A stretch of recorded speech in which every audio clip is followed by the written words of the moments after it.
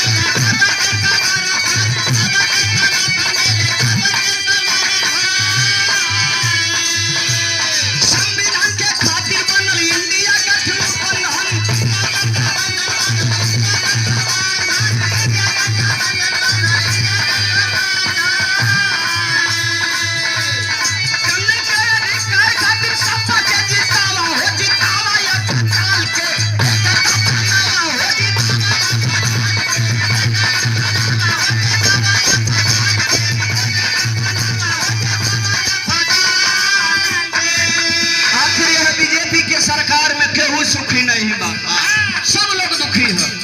अभी आप लोगों ने देखा तमाम नौकरियां भर्तियां जोगी जी निकाले, लेकिन देखा ये लोग कमैले का भी जरिया बना ले बा। आप लोग जानते हुआ जितना नौकरी आई, नौकरी भर्ती का हल्ला हो गई, 55,000 नौकरी आ गई। फार्म कितना भराई? 55 लाख। अरे भाई बेरोजगारी है, सब लोग बेरोजगार पड़े हैं। 55 लाख फार्म भर गई। अब परीक्षा के बाद पेपर लीक हो गई। अब खाली आप लोग इतना जोड़ा कि जो 55 लाख फार्म भरल रहा, वो 55 लाख फार्म के जो सरकारी फीस सरकारी खाते में गई, वो 100 करोड़ रुपया हो गई।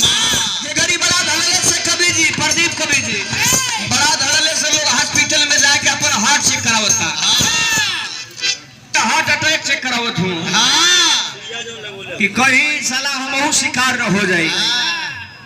कोरोना काल चल रहा था, ये जब कोविशील्ड शुरुआत में लगावे बदे आई तो लोग ना लगावत रहल। जो कोविशील्ड बनाई थी जो कंपनी, उस कंपनी से मोदी जी ने कई 100 करोड़ रुपया घूस लिया।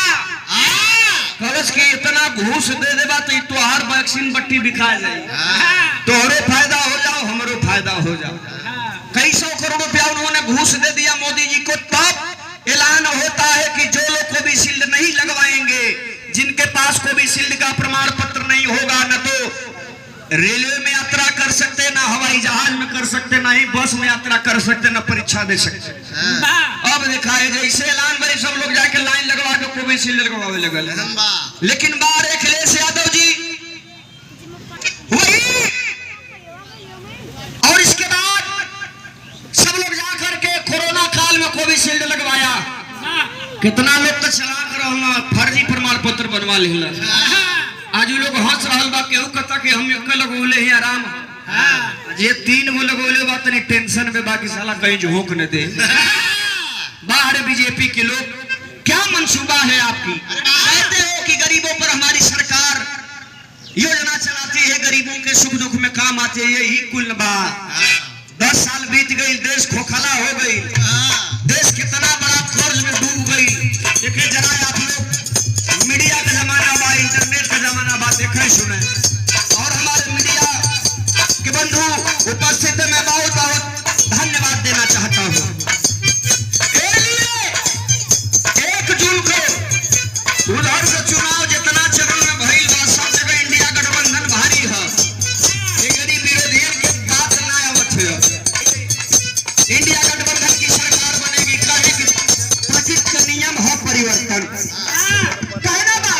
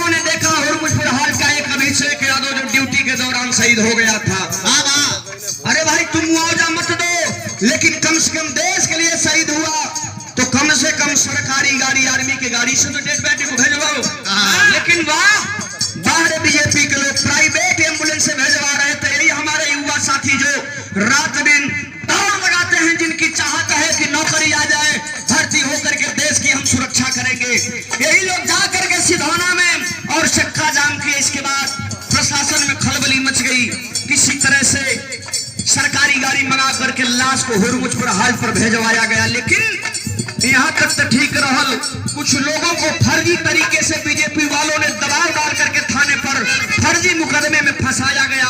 अब बड़ी लाखों लाखों रुपया लुटलो सब।